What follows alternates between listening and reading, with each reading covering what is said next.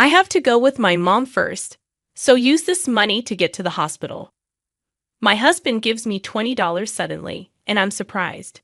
I can only stare as he drives away, leaving me alone while I'm in labor. Shockingly, he prioritized picking up his mom for her lessons over being with me during this crucial time. Despite his mom constantly putting me down, I tolerated it for the sake of our unborn child. But now, I realize someone who neglects their child doesn't deserve to be a parent. Despite the pain, I decide to face childbirth alone. I'm Catherine. I married Bob, who is 3 years older, right after college. We had a reasonably happy life. Bob was a senior in my college club, and he fell for me when I joined as a freshman. Looking back, I blush at how passionately he pursued me. When you're young, someone being older can make them seem cool. I reciprocated Bob's advances, and we dated smoothly until my graduation. Even after we got married, Bob remained deeply in love with me, and I never worried about him being unfaithful. He consistently left work on time, went straight home, and enjoyed the dinners I prepared. He even boasted about our happiness at work. I thought no woman would approach a man so devoted. Although Bob was always kind to women, I trusted his dedication to me, so my attention never strayed. However, our seemingly smooth relationship had a hiccup: my mother-in-law. I thought issues between mothers-in-law and daughters-in-law were outdated, but when she first saw me, she frowned and criticized my appearance.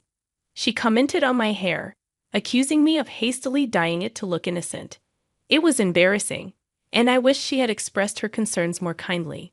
This happened during my first visit to my in-laws before the wedding, and it left me feeling terrified and mortified.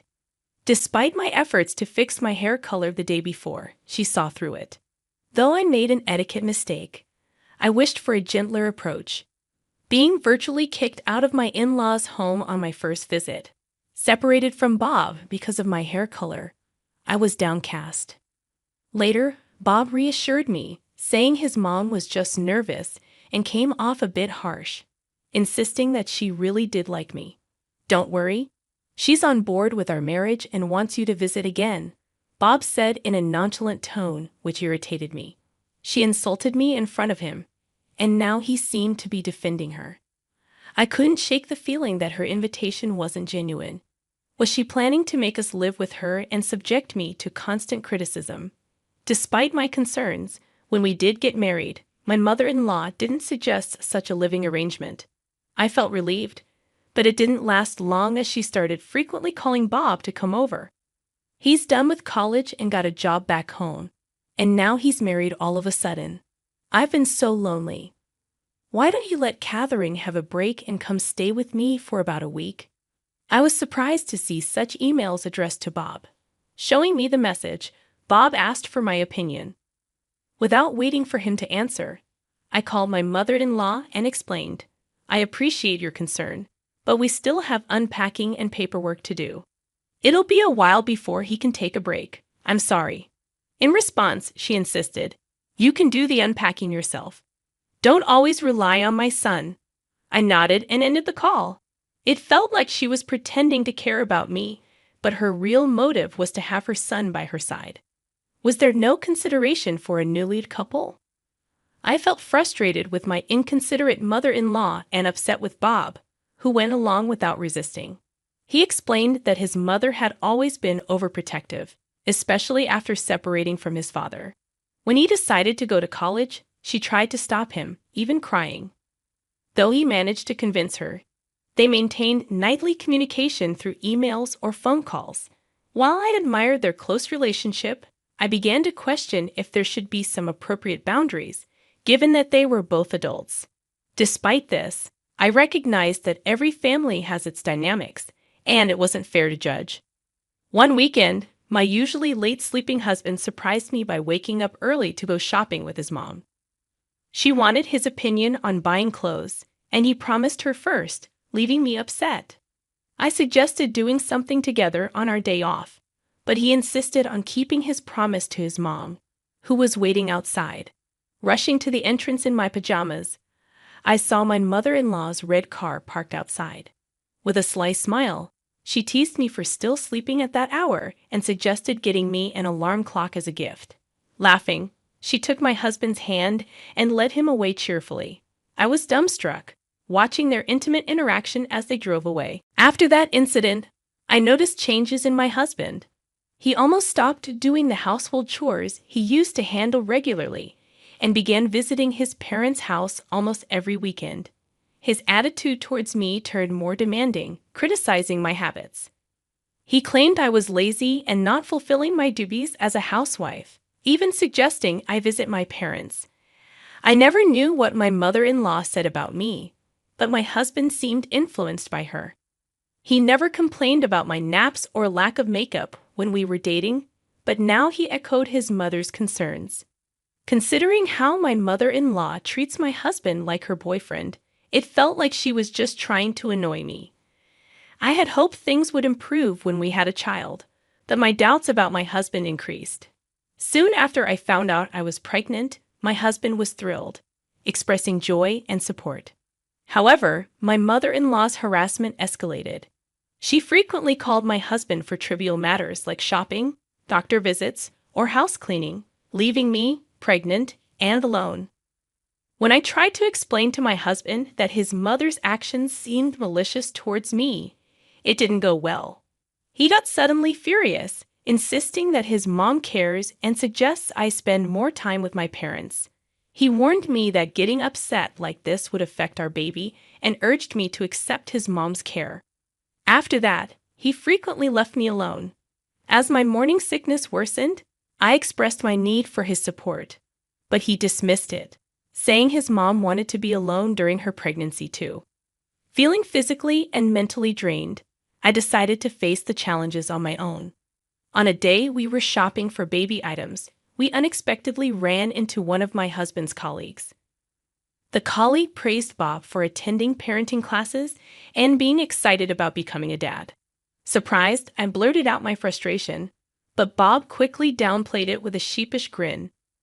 It turned out he had been portraying himself as an enthusiastic, soon-to-be dad at work, even making up stories. Although I stayed silent to avoid an argument, my anger started to build up.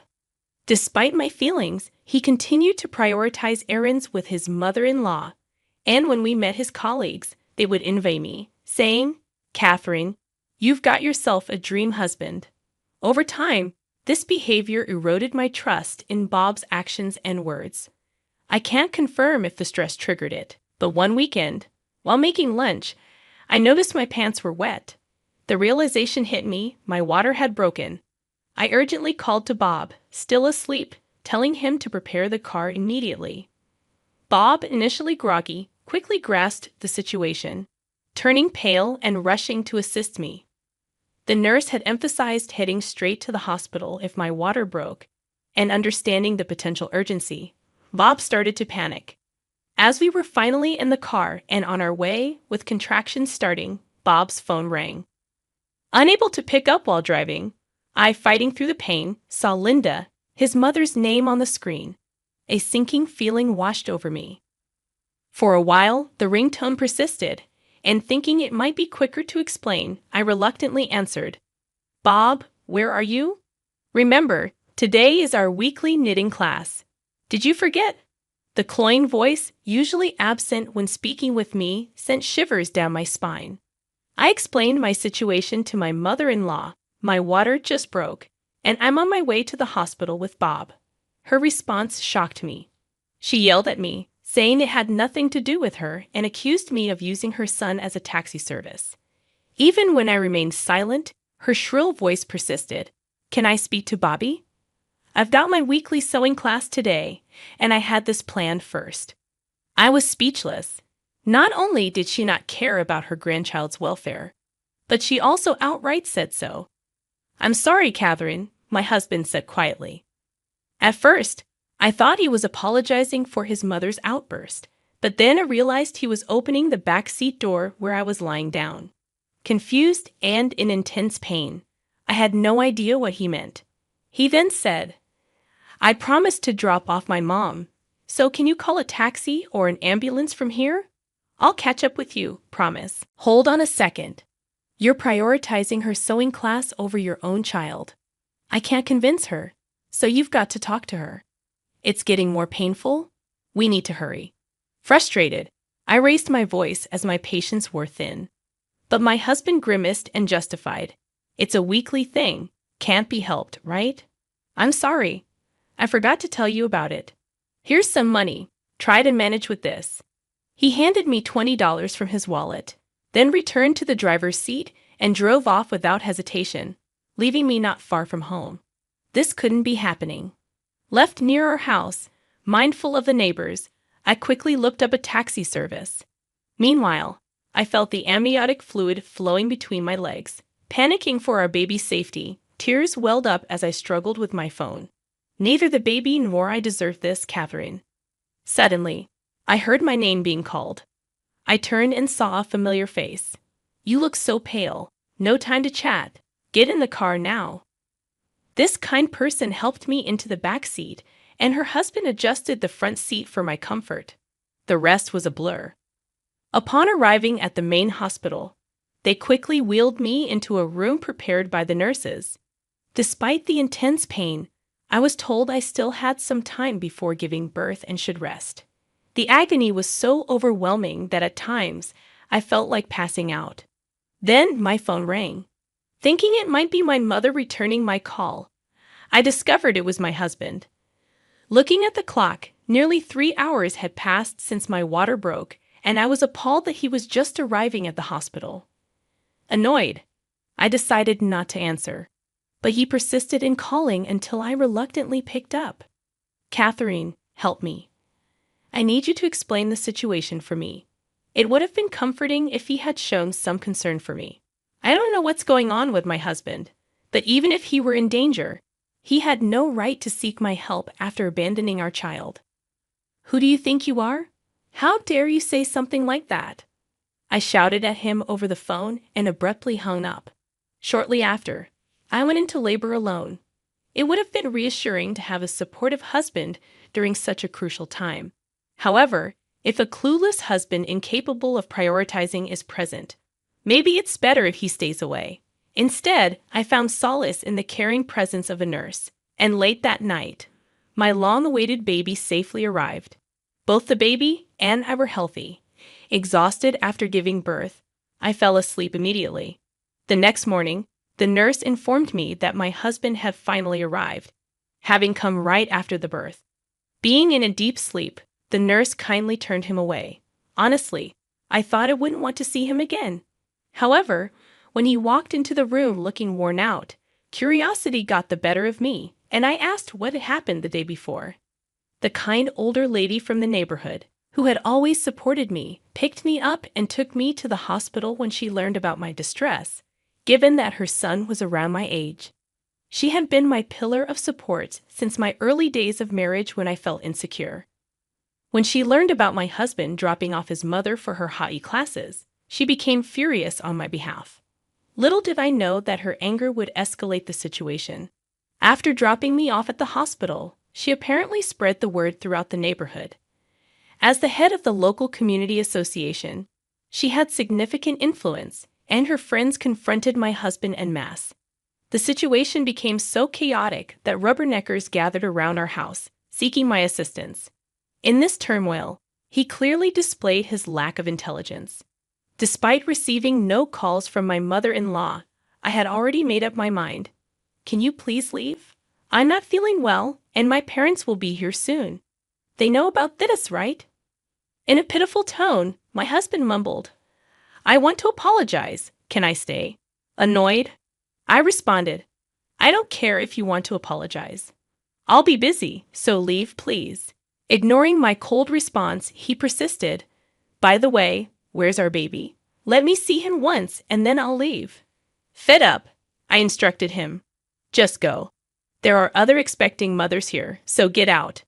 Unfazed by my dismissal, he lingered. So I turned my back, pulled the covers over myself, and ignored him. Hey, I'm sorry. Can you at least call my mom? I want to send her a picture of the baby. Should I call a nurse? My husband reached out and shook me. Unable to tolerate it any longer, I was about to push him away when my parents entered the room. My mom rushed to my side, pushing my husband away, and exclaimed, "What are you doing? Don't touch her." Filled with anger, she scolded him. "How dare you shake a woman who's just given birth? After what you did, how dare you show your face here? I'm so disappointed in you. Get out now." Even I had never seen my mom so furious. My husband finally left the room, intimidated by her, and my dad followed him out, surely giving him a piece of his mind. During my hospital stay, I refused to see my husband. After being discharged, I took the baby and went to my parents' house. Fearing potential harm, I brought up the idea of divorce over the phone. From now on, I'll be proceeding with the divorce through a lawyer, I informed him, along with the claim for damages. I disregarded any objections from him. The damages referred to the scratches and bruises I got when he forcefully pulled me out of the car. Despite his attempts to make excuses, I presented testimony from the neighborhood lady and her husband, along with photos of the injuries from that day. He fell silent. My lawyer suggested that, considering the gross misconduct towards a pregnant woman, the compensation might be substantial. While occupied with caring for the baby, my mother-in-law, Susan, once stormed into my family home. The rumors spread by Catherine didn't die down easily, and the neighbors' looks were chilly. She blamed me for not respecting their family, but my intimidating father took charge. He drove both mother and son away, and at times I wondered if we should have done this from the beginning. However, my dad insisted that the head of a family doesn't easily step into the limelight trying to sound cool about it. As I got the hang of parenting, I invited the neighborhood lady to my home and introduced her to my parents. She quickly became friends with my mom since they were of the same age, and they decided to stay in touch. The neighborhood lady shared a story she heard from a friend who works part-time at my ex-husband's company. This friend, like her, enjoys gossip and seems to have shared the ex's story with others. At some point, the tale spread and got exaggerated, damaging his reputation severely. Posing as a devoted new dad and husband, the backlash was significant, leading him to quit his job. Approaching 30, jobless, and without professional certifications, he seemed to be living modestly, relying on his mother's retirement funds and savings, becoming somewhat of a recluse due to the community's judgment. A few years later, I received a call from him, someone I had almost forgotten about. "Hey, where are you? I'm outside your family home right now." His rude greeting prompted me to respond in kind. "I've moved. What do you want?" "You moved? Living it up with the compensation money I gave you, huh? Must be nice. Come back right now. Let's start over. Mom wants to see you too." "Your ramblings make no sense. Why would I go back to you? Are you still going on about Mom after all this time? Don't call me again. I don't want to hear it." I hung up without waiting for a response, and for a while, my phone kept ringing. When I finally managed to block his calls, he began flooding me with texts, begging for reconciliation. I read them just to be sure, but they were filled with nonsense like, "Don't you think it's sad for a child not to have a father? And even though you owe so much to Mom, not letting her see the child is utterly disrespectful." I deleted all of them and changed my email address. Though this whole incident was a nightmare, it allowed me to proceed with the divorce advantageously and take appropriate action against him. If a family member is going to be such trash, it's better for my child that they're not in our lives. I find comfort in this thought as I enjoy parenting supported by my parents, who have now become loving grandparents.